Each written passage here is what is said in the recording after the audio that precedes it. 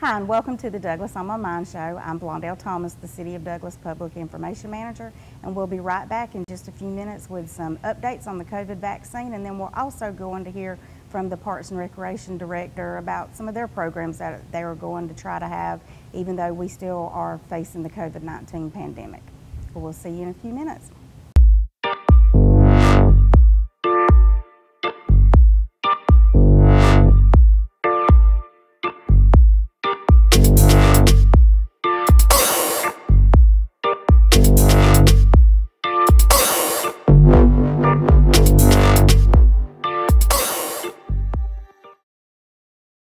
Welcome back to the Douglas on My Mind show. I am here now with Dr. Jeffery Dockery with the Southeast Health District, and he is going to tell us a little bit about the COVID vaccine and some of the things that are going on with it, and just share some really good news about it.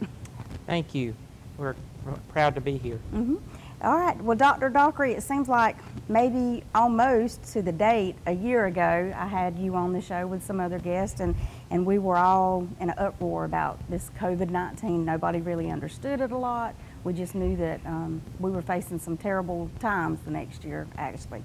So tell me, when was the first confirmed case here in Coffee County? Well, you're right. It has been a long year. Yeah. We've learned a lot about the COVID-19 virus now than we did a year ago. And it was actually late March, probably around 24th, 25th, when we had the first confirmed case here in Coffee County. Now, in Georgia, the first confirmed cases were in mid to late February in the Atlanta area and over in the Albany area. Right, right. Yeah, they had like astronomical numbers at one point. But anyway, we're all recovering, Yes. which is a good thing. And what are the total cases as of today, which is March the 15th, that we have here in Coffee County? Well, our data lags a week behind, so I can tell you March the 5th. Okay. Data showed that we have had, as far as known cases, approximately 5,200 cases. Okay. About 4,100 of those have been PCR. That's the swab that they send off to the state lab or to a lab to confirm that you have COVID. And the other one, the other test is, of course, the antigen, or what people like to call the rapid test. Okay. And that one, where they measure just antigen or pieces of the virus in your mucus, there's been around 4,200 of, about 1,100 of those cases. Okay. Now, this is just a drop in the bucket of actually the number of cases that have been in Coffee County. Exactly. Because these are just the people who got tested and we know that are positive. So all those 5,200 people came in contact with a lot of people, and so we know there's been way more cases than that. Right. But as far as testing goes, those are the confirmed cases in Coffee County. And then also with that, you still have those people who are, I think it's called asymptomatic, and may not even think they need to go get tested. Many people, and this is a very large number we know now, of folks who don't have symptoms. These are our young, healthy people most of the time, between the ages of 5 and 35, 40, who may not even have a sniffle, but can actually have and spread COVID. Right, right. Now, luckily, we've got a vaccination or a vaccine now, several vaccines. So what should people do, or actually why should, like myself, I've already been vaccinated, I've gotten the first shot, but why should anybody get vaccinated?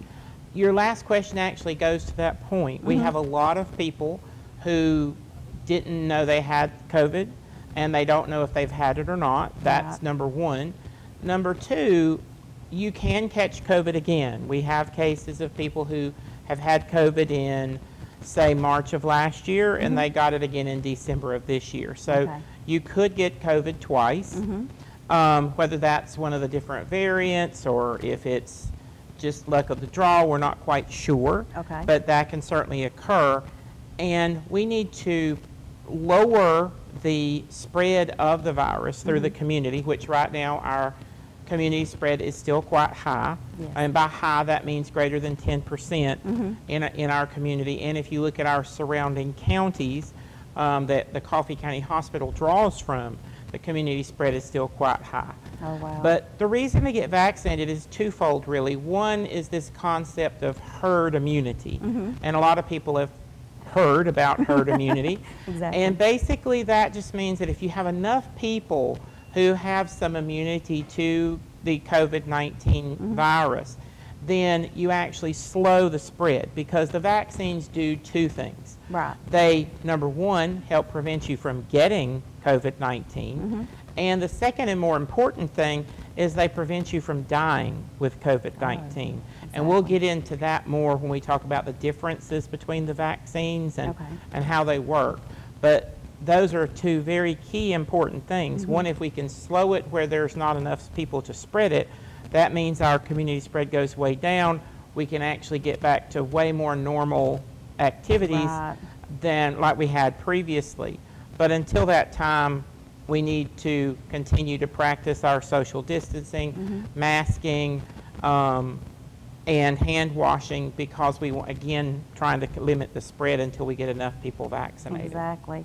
I think a lot of more people are more, I guess, aware of germs more than what they were before because of all of this. I know I washed my hands before, but it seems like I wash them a lot more now, and especially after going to places like Walmart and picking up things there, I make sure time we get home, it's go wash your hands, whatever you do. So it's definitely helped us out some in terms of spreading germs and things like that. Well, we can point to the flu season this year. We did have a flu vaccine last year. A lot of people took the flu vaccine, which was great. But even with that, our numbers of flu are usually fairly brisk. Right. This year, our numbers of flu have been very small. Right. And it is linked to the fact that we have all been wearing masks and hand washing and not gathering, and that so we have actually controlled the flu very well this year by doing those simple things coupled with the vaccine. So that model does show that this will work, right, and help us to control COVID.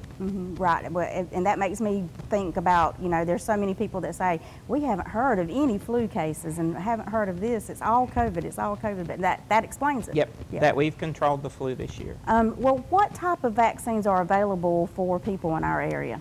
We have currently two different groups of vaccines. There's two vaccines, that is the Moderna and the Pfizer, that fall under what we call messenger RNA viruses. The other is the Johnson & Johnson, which has just recently become available to our area, that is being given out now. And it is a vaccine that uses a model that's the same type model that you would see with mumps, measles, and rubella, which we've had for years, hepatitis A, hepatitis B vaccine, which everybody's heard of, we've been giving for years. It uses a very similar model to those type vaccines to deliver immunity. Okay, so is the Johnson & Johnson only one shot, I believe? The Johnson & Johnson is a one-shot dose, where the Moderna is two. The Pfizer is, of course, 21 days between its two doses, and the Moderna is 28 days between its two doses. Okay.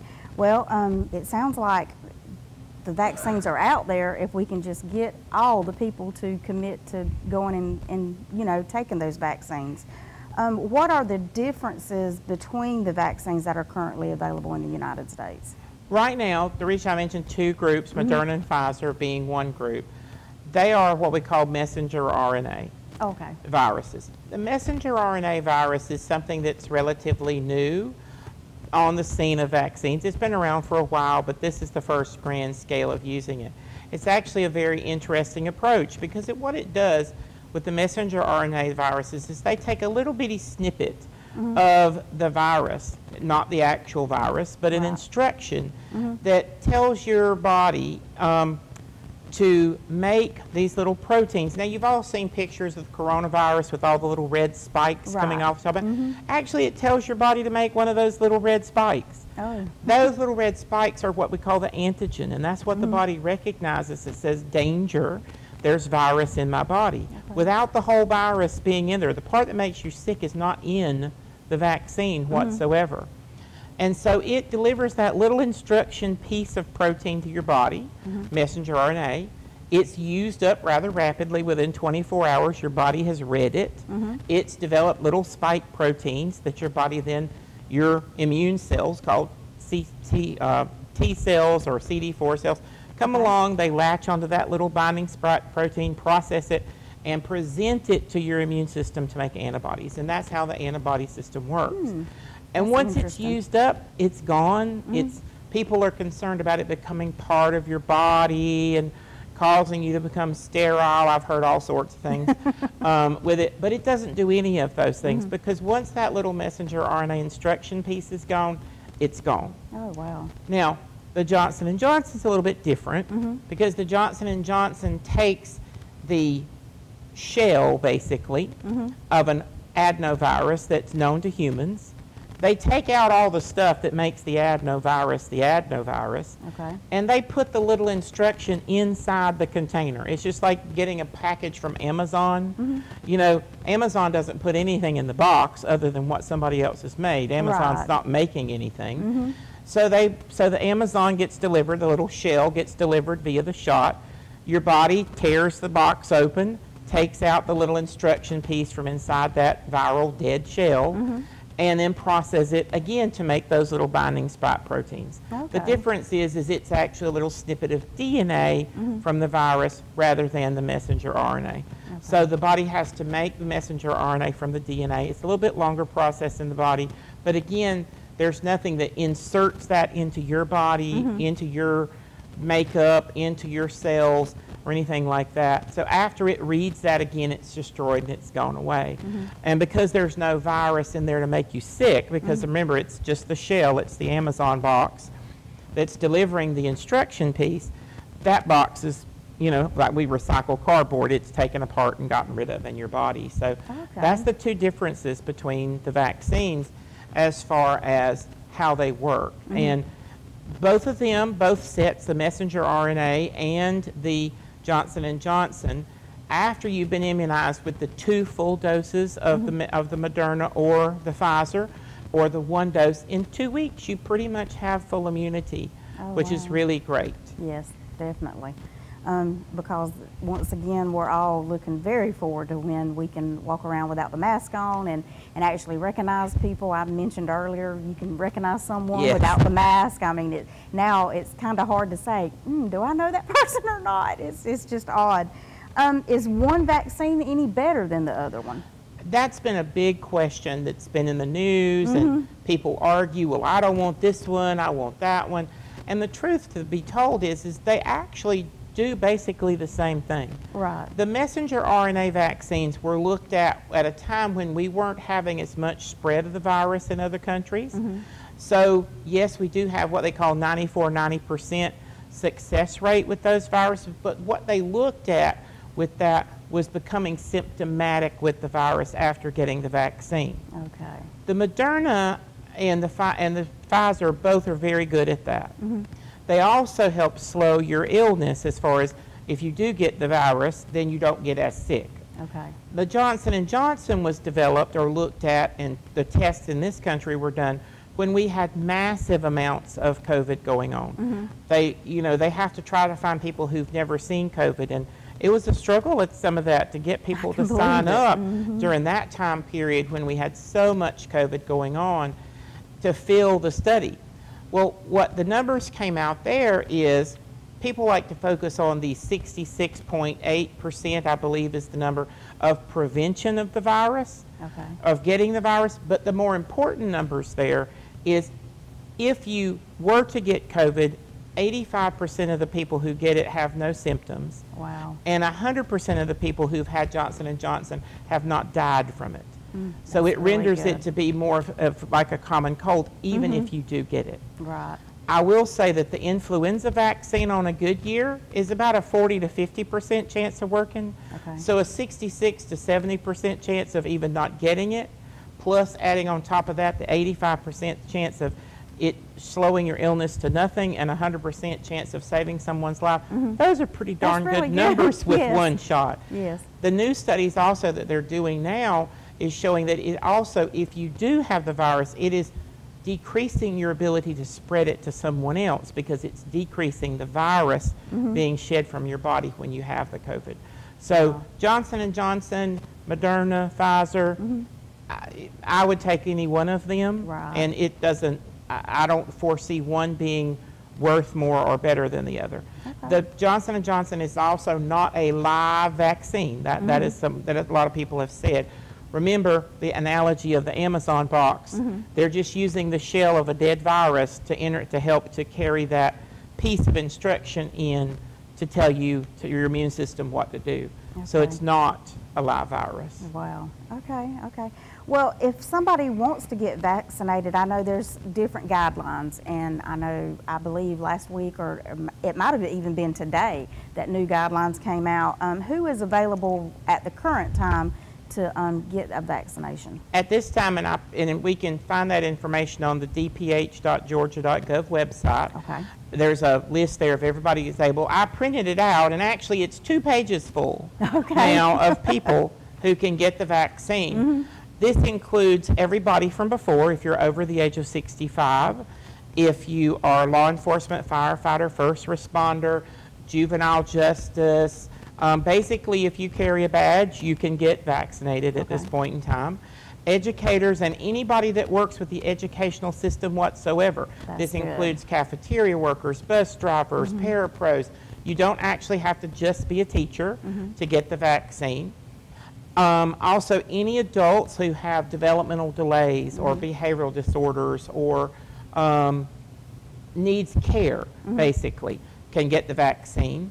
And there's no age limit on that except being over the age of 18. Okay. And a new category that's been added as well is parents of children with complex medical problems. Now people say, well, what does complex medical problems mean? Well, that's something as simple as asthma. If your child has asthma and takes inhalers and has to go to the school nurse, that qualifies you as a parent to get the vaccine. Okay. Diabetes, cystic fibrosis, all of those type illnesses, and the list there is quite extensive. Of parents who can get the vaccine. Also individuals with disabilities. If you're disabled and you cannot work or cannot, and you rely on disability to help you meet your daily living, you can get vaccinated. Okay. And then now the bigger category is over the age of 55 was added today.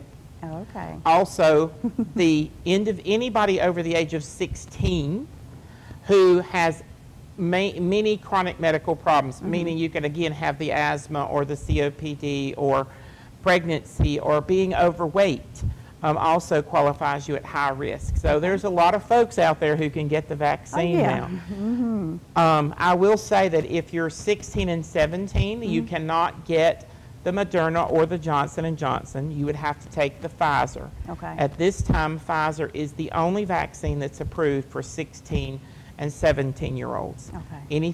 Anything above 17, though, can get any of the vaccines. Okay, well, that's good news. That's really good news. And Coffee County does have the Pfizer available right now? Yes. Coffee County has Pfizer available through the hospital. Okay. It has Johnson & Johnson available through the hospital, the Department of Public Health, but right now the Johnson & Johnson is earmarked for a couple of different groups. Okay. One is the teachers and educators because it's a one-shot, easy to administer. The other are people who are homebound, people who cannot leave their home for whatever reason. We're developing task force as well as the state that will look at these individuals either via home health or some other agency or even a task force put together by us to go out and find these individuals and administer the vaccine in their home. Okay. Johnson & Johnson is much easier to transport, meaning that you just have to have a refrigerated box to carry it in, and it has 5 doses in that vial, so we want to make sure we give all 5 doses out before the time expires. We don't want to waste it. No, we don't waste anything. Whereas Moderna and Pfizer, you have to keep those much colder, and they don't travel well as far as banging around, and you have to keep them colder during the transport time. Okay. So the Johnson & Johnson's much easier to help get and help reach out to our individuals who are homebound. Okay. If someone does want to get a vaccine or have a vaccine administered, where should they go in Coffee County? Right now, we have a multitude of places in Coffee County you can go. Certainly the Department of Public Health, you can register. We vaccinate Mondays, Wednesdays, and Fridays, and you can access our site now. You don't have to call the number. Okay. You can actually go to the DPH website. There is a link there that says Health Department Vaccines. You fill out a little form, just as whenever we were testing using the Microsoft Dynamics system. You fill that out, you select your time slot, and you show up at your time. You'll get an email that says, congratulations, you've been registered for the vaccine at 9 o'clock today. Right. Then you show up at the health department on that day and time. We scan your little code, and away you go. Right. We get you to fill out a couple of pieces of paper, basically asking you if you're allergic to vaccine. We want to make sure. True. And then you're vaccinated and you're good. You can also call the district office here in the Southeast Health District. The 1-855 number still works. They'll assist you in getting the vaccine, Okay. again, at your local health departments or at a vaccination center. The next place is the hospital. The hospital's been a great partner with us in all of this through helping us test by loaning us their parking lot, actually them doing some in-house testing when they got the capabilities, and now vaccinating as a partner. They're vaccinating right here at the Central Square Complex Right. on Tuesdays, Wednesdays, and Thursdays. And you call the, they have a number that you can call as well. Okay. It's blanking from my mind right now. That's all right. But if you call that number, you can get set up to be vaccinated there. Okay. And then we have many of the pharmacies. Walmart is giving vaccine. Oh, wow. McRae's is giving vaccine. I know Nichols had a vaccination drive the other day. So Okay. many pharmacies are also giving out vaccine now. I did not realize that pharmacies were giving it out. Pharmacies now are giving it here in Coffee County as well. That's good. So we have a wealth of places. Now, if you really want to have an experience and want to go out of town, there will be opening a mass vaccination site through FEMA and GEMA over in Ware County starting later this week, where they can vaccinate up to 1,000 people a day. Oh, wow. Just like they're doing in Albany, Macon, Savannah, many of the other places. They're trying to locate them around the state. To access that vaccine center, though, you go to mygeorgiavaccine.com, but you would have to drive over to Ware County to get the vaccine. Right. So you don't really have to do that. We got plenty of vaccine to vaccinate you right here in Coffee County. And there may be a small line here in Coffee County, but I can only I can- imagine what it's going to be, Yeah. be like in Ware County. Yeah, large vaccine sites around the state have been it's a little bit slower. I can proudly say, though, that they're not that slow. Right. And here at Coffee County, from start to finish, by the time you get there, you may wait a couple of minutes to get, into the paper to fill out your paperwork. Takes about 5 minutes to fill out your paperwork, unless you come with it already filled out, and you can, because you can print that out off a line. And then once you get the shot, that takes about 3 to 4 minutes. Then you wait 15 minutes for us to observe you, is what's recommended, Right. unless you've had severe allergies to different things, and then we ask you to wait 30. So your whole time spent at our site is maybe 25 minutes. Right. So right. it's really quick. The actual, and we've had people out in as quick as 17 minutes. So they've come with their paperwork, it's check in, drive through, get the vaccine, park 15 minutes and go. Right. So it's not, this is something that's time encumbering, so it doesn't take a huge amount of time. Right. Okay, well, that's really good news. Is there anyone who you can say probably, no, they don't need to get the vaccine? There are a few people who we use caution about the vaccine. Currently, there's no one, unless you've had a reaction to one of the 3 vaccines, Pfizer, Moderna, or Johnson & Johnson that we have, that we would absolutely say we need to do some other things before you get vaccinated. Okay. Now, there are some conditions. If you had rheumatoid conditions and you take certain immunosuppressive medicines, we encourage you to speak to your rheumatologist before you come to get the vaccine, because they sometimes want you to say, for instance, if you take one of the injections for rheumatoid arthritis, Right. they may want you to get your vaccine just before you take your next dose. Okay. Same way with chemotherapy, those type settings. It is encouraged for people with cancer to get vaccinated, but again, we encourage you to check with your oncologist first to make sure that your timing of your chemotherapy along with the vaccine, because we want your immune system as healthy as it can be Exactly. before, so the vaccine will work for you. Okay. As far as I mentioned earlier about a 30-minute wait time, and if you've ever had to take an EpiPen, like if you heard of people being stung by a bee and they developed hives, or got penicillin and developed a severe reaction like lips or tongue swelling, Those people we monitor for 30 minutes so we can observe you to make sure that you don't have any reaction or problem to the vaccine. Okay. So if you've ever had an allergic reaction, you might need to wait a little bit longer after you are vaccinated. Right, at the site, but it does not mean that you cannot have the vaccine. Right, exactly. Well, after people are vaccinated, and I know we keep talking about the new normal, or as much back to normal as what we can get. After you are vaccinated, does that mean you can just go and do whatever you want to, or are there some guidelines that you still need to kind of follow? I wish I could say that it was go and do whatever you want. However, the guidelines have become more relaxed. I do not encourage you to follow the Texas model where everybody goes to spring break. Right. Right now, we've all seen those pictures on the news feed. I wouldn't recommend that. Right. However, gathering together in groups of 5 or 10 in family groups who've all been vaccinated is acceptable now if everyone's had the vaccine. Even in groups of and this is strictly family. So say for instance you have your aunt lives with your grandmother and they have a 12-year-old, but the 12-year-old's not been vaccinated, but the aunt and the grandmother have, and you want to visit without your mask because you've been vaccinated, you can do that in closed family circles like that.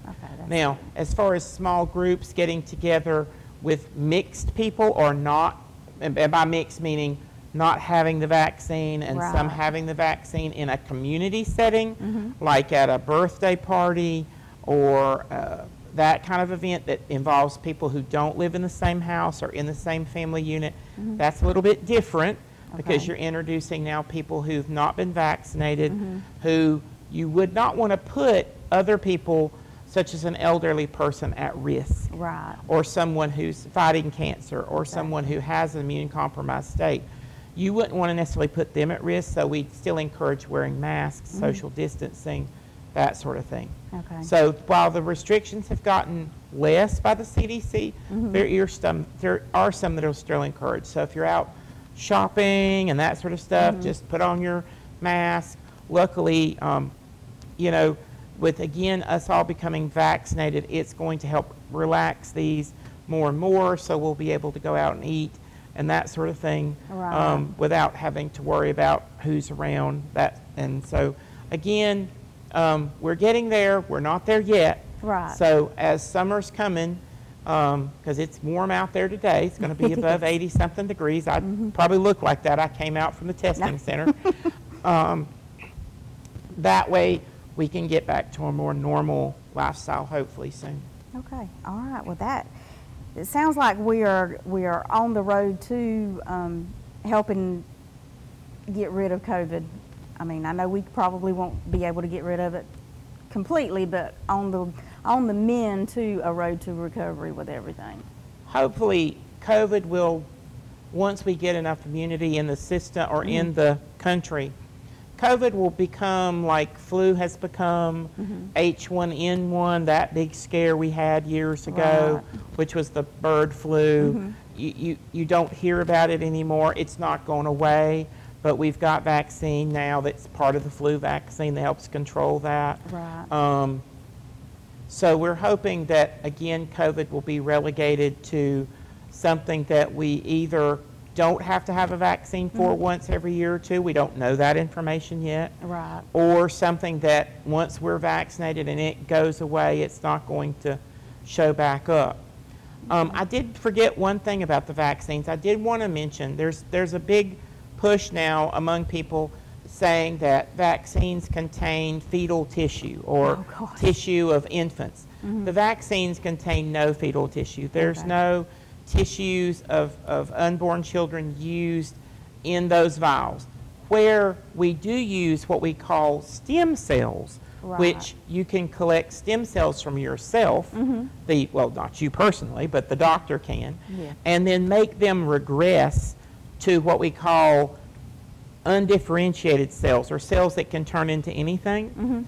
They use those as a media to grow those little Amazon boxes that I talked about earlier. In order, they've got to grow them in something. And they also use those cells when the vaccine is first made they place that vaccine liquid inside a flask of those live cells, because if they kill off the cells in there, you probably don't want to get it. Right. So these didn't kill off the cells, so that was a good thing. But there is not any fetal tissue inside these vaccines, so they're not using that sort of tissue. There's no government ID. No, there's no chips, anything like that. I will say that the Catholic diocese, as well as the Southern Baptist Convention, have looked at all this, and they have said the vaccines are safe as far as not being against God to get the vaccine. So I just wanted to put that out there, because that's the latest thing that people put out there about vaccines. I've heard the chip, it's going to make you, they're going to track you. I've heard that the vaccine caused you to be sterile for 2 years. Oh my goodness. I'm not sure. Only 2 years. Yeah. I'm not sure how they know that, because 2 years haven't passed yet. And then it's causing you to mutate and all sorts of things that are out there. But what it does cause is it can cause a little redness around where you get the shot, like any vaccine. It can cause a little swelling of the lymph nodes in some people. You may notice a little knot under your arm. That's not common, but it can happen. In some people, it can cause some low-grade fever. Remarkably, the people that get the fevers are folks who had COVID, whether they knew it or not, in the last 6 months or so. And they tend to run a little bit more fever than the others, is what we're seeing. Also, the fatigue and the body aches. Say if you had the virus in December and got the vaccine now, you may, and by May, 20% may, with the first or the second dose of the Moderna and the Pfizer, or the first dose with the Johnson & Johnson, develop a few more body aches and fatigue and low-grade fever than someone that didn't. And those are things now that we're looking at, because we're getting the information back from people getting the vaccine. So those are the things the virus the vaccine can do, but mine was much less. I'd rather get that than a tetanus shot any day. Yes. Well, as we were talking before we started filming, I mean, the young lady that gave me the shot, man, she needs to give a shot to everybody, because I never even felt it. And as far as any side effects, I experienced a little bit of redness and some itching, and I just put some Benadryl on there, or I could have taken a Benadryl pill. But Benadryl actually just knocks me out, so I thought I'd settle with the cream. Yep, cream works fine most of the time. Right, and other than that, I'm fine. I never experienced any of the other symptoms at all. So I hope that's good news, and I definitely hope that the second one's just as good as the first one. That's been our experience, is that most people, again, 20% may have some of those side effects or symptoms. So it's very low still. Okay. All right, was there anything else, any other updates you'd like to share about the Southeast Health District? Anything else that y'all are doing right now besides vaccines? But it sounds like you're pretty busy with vaccines. Well, we are still busy with vaccine, but I will say pre-K registration is right upon us for the fall, even though we've not finished this school. So the health departments are still in the business of helping our pre-K parents get ready for pre-K and all that entails. It's a limited schedule. They're only open a couple of days a week in most places to do that type of work. We're still in the business of, in Coffee County, where your birth certificates and that sort of stuff. They're still in the business of the environmental services. So we are still doing what we do at the health departments. It's just slightly on a cutback schedule. So we do have the big days that we can vaccinate. And on the days that we do, we devote the other 2 days to doing health department services. So you're not just strictly vaccinating people? No, ma'am. We're still doing everything else the health department does, just at a reduced rate. Oh, okay. Well, I certainly appreciate you being here today and taking time out to come and talk to the folks. I think it's really important that people get the facts and not necessarily listen to the little theories that other people have. They need to know ahead of time, and then they can make their own educated decision on whether or not to get vaccinated. That is true.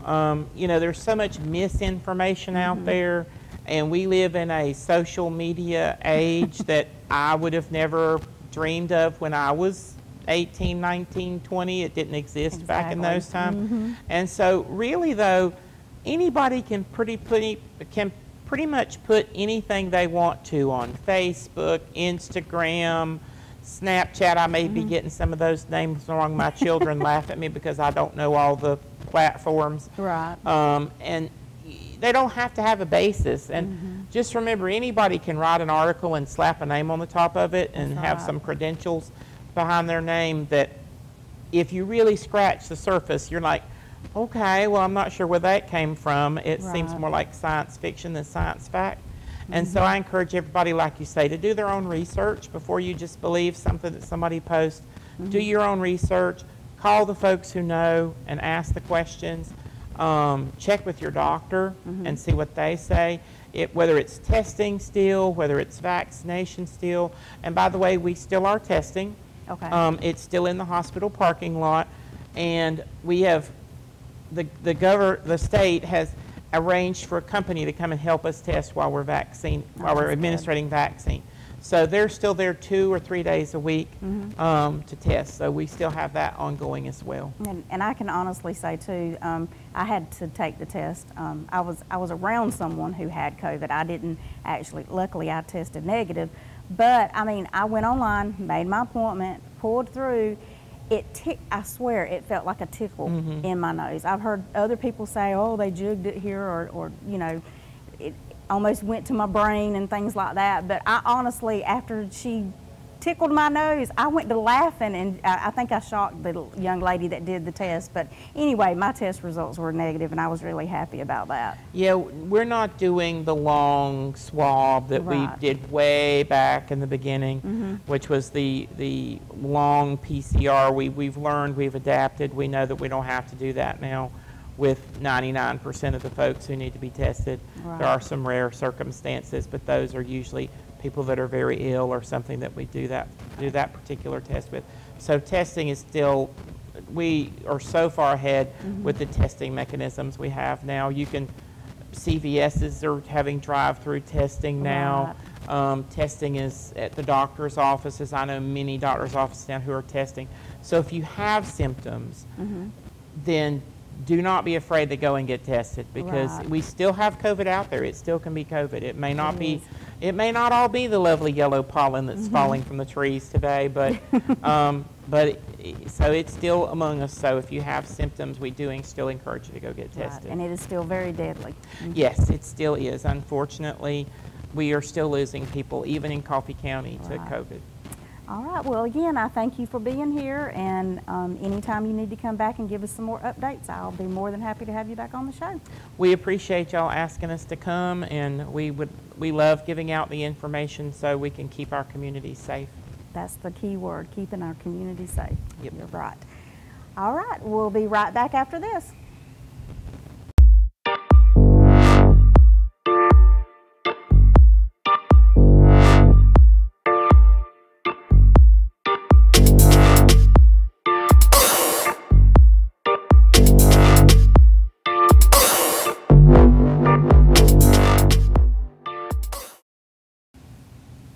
Hi, and welcome back to the Douglas on My Mind show. I am here now with Mr. Stevie Young, the director of Douglas Parks and Recreation, and we are so happy that you are here to tell us about the upcoming season. Wow. We want to get these kids back playing. Yes. And I think you have some good news for everybody. Some great news, I believe. It's been a tough year, you know, for youth sports, youth sports in our area, and especially with the Parks and Recreation Department with COVID-19. But tell me, what's the plans for softball, baseball, and track? I will do. I will say I'm glad to be here, Ms. Blundell, with the opportunity to share with the citizens of our community what we do have planned for this upcoming spring season, all sports season for this upcoming year, year. Well, we are planning on having baseball and softball, track registrations in progress along with swim registration. We concluded baseball and softball registration last Friday. We ended up with 450 plus kids participating, signing up for baseball, softball. We plan on getting the season started the week after spring break. We'll wait after spring break, and we'll start the season up. So we should be getting the teams out and have coaches meeting next week. they get a couple weeks of practice in, and it would be play ball. Oh, yay. And we will be using Unity Park, of course, during the process. There's construction going on at the new sports complex, and not being able to use Davis Wade Park. So we will have a few Midget League baseball games, which will be 11 and 12-year-old kids that will play a few games at Unity Park and Huckabee Complex. Huckabee Complex, Unity Park, and of course, the Greg Walker Middle School Complex will be used for this upcoming baseball, softball season. Oh, yay. So did you hear that, people? There is going to be a baseball, softball track season, and the citizens pulled through and got those kids registered. I know, you know, earlier, like in January when registration first started, I had talked a few times with you and Landy and Willis, and the numbers just were not there. And that's when we did a big push saying, look, if y'all want to have a season, we got to get kids signed up. Got to get signed up. Thanks to our public information department and the media relations department that helped get the information out there, get that blast out there, and the citizens responded overwhelmingly. As a matter of fact, they responded. We're grateful and thankful for that opportunity to be able to have a sports season this year. It was last season around this time. I guess we started, maybe had a week of baseball practice and everything shut down. And it has been chaotic and sporadic, but fortunately, at this moment, at this time, we will be playing. Oh, yay, yay. Well, you kind of touched on a little bit about what parents should know about the upcoming season. Do y'all have any like protocols, or do you, it may just be too early for me to ask this question, but do y'all have any plans, like are you going to stagger games, or you know, how are you going to handle the crowd? Yes, we do have protocols we will follow. Of course, social distancing, you know, we'll, unless you cohabit together. We'll have our bleachers will be marked. You have to have space in between. We're asking that you wear a mask. You know, we'll know how challenging that is to enforce. We're not law enforcement, but we're certainly asking that you mask up, social distancing, and in between games, you know, typically after a game, as soon as one team exits the dugout, the other team come right in. So we have a little time to kind of spread down and wipe it down before the next team get into the dugouts. We're asking that they refrain from chewing bubble gum. Sunflower seeds and anything of that nature that may cause you to spat in around. So we want to make sure we limit that, at least in the playing area or in those dugouts. We will have a mask-free zone in the outfield area of the baseball field. So you may have some citizens that just choose not to wear a mask. But we certainly want to keep them in mind, so we will have a mask-free zone. But we certainly want social distancing and asking that you do mask up as you when you come into the complex. Okay, all right. And of course, you know, you'll have in the restrooms and all your regular soap, paper towels, sanitizer, stuff like that. And staff members going through periodically. Some people say, well, they always say they're going through it periodically, but we're going to make sure that they're going through it periodically to make sure everything is in order. And we're asking that the citizens help us maintain. Of course, at a Huckabee complex, 1,200 people out there on any given night, it's a challenge. So we're asking the citizens to buy in and lose a pound of flesh also, and help us when you see something going on, address a staff member and bring it to our attention so we can deal with it. If something not in order in the bathroom, go to one of the staff members that's floating around and say, hey, there's a lot of trash in there. There's something, we need tissue, we need something, so we can address and not just overlook it. You know, we're not aware of it, we can't deal with it, can't address it. Right, exactly. Well, what are the plans for the summer programs? Will there be a swim team season this year? I know you've got your work going on over there, but tell everybody about your plans with the summer programming and the swim team. Of course, our summer program, we're certainly planning on having our summer programs through Ms. Gina Gibbs, you know, all our typical camps. There will be some guidelines that we have to abide by in order to participate in the summer camps. But for swim, we are taking registration for swim team. We are in negotiations with the South Georgia colleges so we can have an opportunity to have somewhat to practice. It doesn't seem as if we will have our swimming pool this swim season. I'm not sure a day when we will get going on that, but we certainly will within the next year. Good Lord willing, the creek don't rise. But we are planning on having a swim team and in discussions with South Georgia College to have access to their facilities, so our swimmers will have somewhere to practice at. Now, we will not host meets here, but we will be having district meets on the road, and of course we'll have a state swim meet. We'll participate in that. We just won't be hosting anything in Douglas, Coffee County this season. Yeah, but next year when we open up swim team, it's going to be all on Douglas because we are going to have something to showcase. And that is the plan. That is the plan. Yes, we just anticipate. COVID-19 just kind of threw all the building projects behind. Sure did. And you hate to keep saying COVID-19, but it did. It played a major role with everything, especially when you're dealing with the public. Yes, yes, ma'am. Well, what is the new timeline now for as far as the sports complex? The Premier Sports Complex, we should be completed in July. Okay. Should be completed in July, and we will not be, once again, we will not be playing spring sports on it this season. But next spring we should be playing full go on the spring on the Premier Sports Complex. Okay. The football field, the field should be prepared, but we're gonna err on the side of caution. We want to make sure the Roots get a chance to take on new turf, so we may not play football. We will not play football on the football fields at the Premier Sports Complex. This fall season, we will be using Greg Walker in Huckabee Complex for football and soccer. But next fall season, we'll be playing on the new football fields and new soccer fields at Premier Sports Complex. Right. But we anticipate July should be completed. Okay, yes. well, good. Yeah, like you're saying, just because it looks complete, it doesn't mean that all the foundations laid. Like you're saying, the grass, you've got to make sure that grass takes hold, and especially when it's got to be that pretty green and all that, and those fields. I mean, I've been there with y'all throughout the years, and it's a lot of work that goes into maintaining those fields, and you're, as far as staff wise, you don't have as many staff as what you did 10 years ago. I mean, there's not as many members anymore. Not as many staffers maintaining the park, maintenance staff. You know, of course, we maintain city buildings, and now that we're so spread out now, all city operations in different parts of town. So we'll maintain those facilities, and also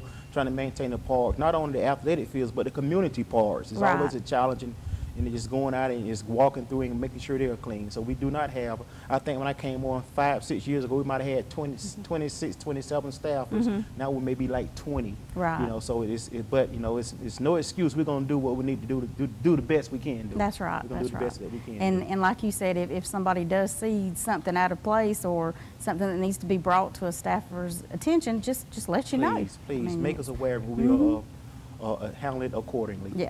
Yep. Well, also touching again, going back to these projects, what is the new timeline on the Miracle Field? And I think you mentioned the pool, but just kind of tell us, you know, these are all estimated times, so you're not being held to it, just in case. Thank you for grace. Honestly, I would like to say within the next 2 weeks, we should be hearing something from our construction, our architects and engineers, and have something bring before the Mayor and Commission before we can actually say we'll begin construction. We hadn't got to the point now we've actually seen the conceptual drawings and anything like that yet. So hopefully within the next 2 weeks, within the next month, we'll be able to put our eyes on that, the Mayor and Commission, and we can move forward on that plan, the Miracle Field and the new swimming pool. Right. And that's going to be such a nice addition over there at Davis Wade for everybody. I think it'll just certainly going to add to our department and also add to the community. Because we want to make sure, as I say from the beginning of this project, we want to have more than just one day, a Kayla Day for our special needs kids, our special population. So we want to have an opportunity to have a facility that's geared toward our special populations, and not just special populations.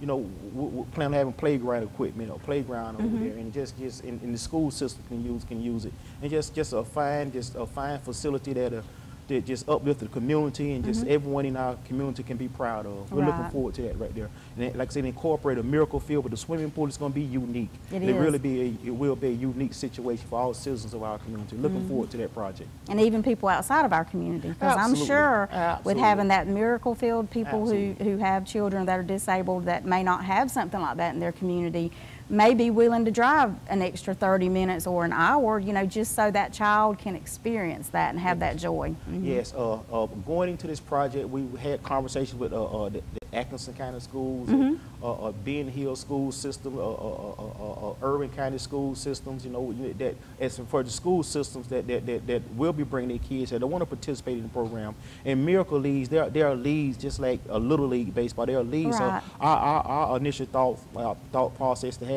league games for the surrounding communities that we bring on Saturday mornings or whatever they're doing or what they may be. So we bring all those kids in and have a league game, have a game right before a Little League game. So we can get everyone involved, so everyone can see what's going on, so bring attention to those kids, you know, so they really deserve it. We do not want to leave them behind. No one should be left behind in our community or in the surrounding area. Right, and I'll say if you haven't Googled the Miracle League program or anything like that, it's a nice program, and I'm happy to see that Douglas and Coffee County is going to be one of the leaders in taking this on board. Yes. Going forward, well, excuse me, our parks and we go back to the facilities part.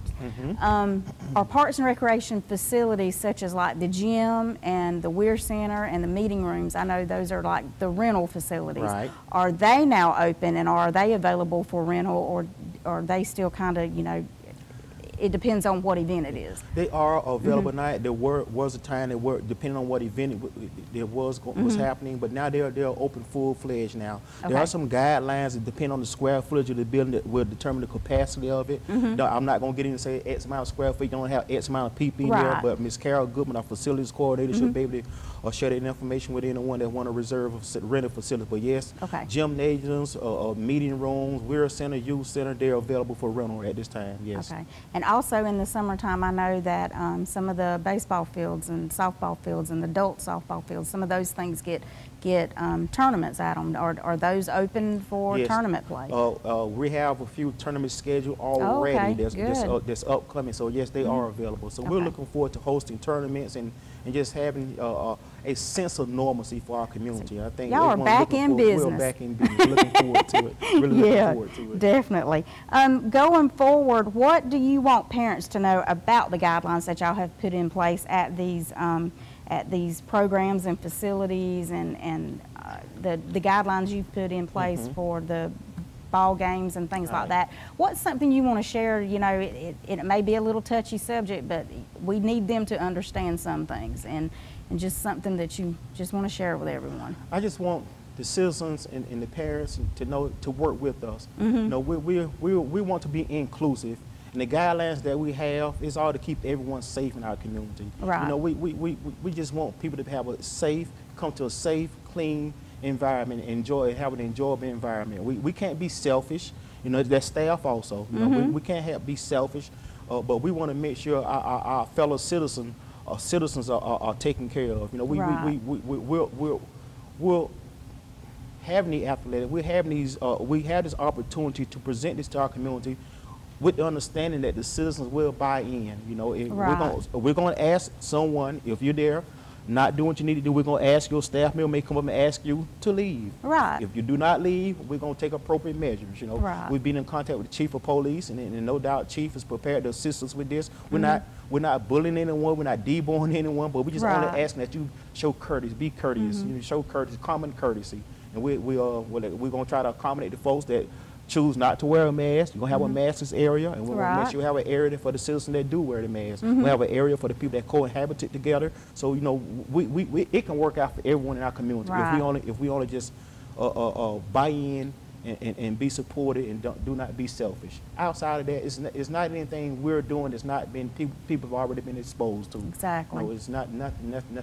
No exceptions to the rule. We'll buy into the same guidelines, the CDC guidelines, and our local court enforcement folks that ask us to do. Right, yes, right. And by all means, play nice with y'all, and y'all can play nice with them. Exactly, absolutely, absolutely. Yep. Absolutely. All right, Stevie, well, I appreciate you being here, and I know the folks out there are going to be really happy to see those kids back on the ball fields and in the parks practicing and doing different things, and we just definitely want our community to stay strong and healthy and carry on. Thank you, Blondell. As always, I welcome the opportunity to come and share what we're doing in the city of Douglas Parks and Recreation Department. All right. Thank you, ma'am. And we'll be right back after this.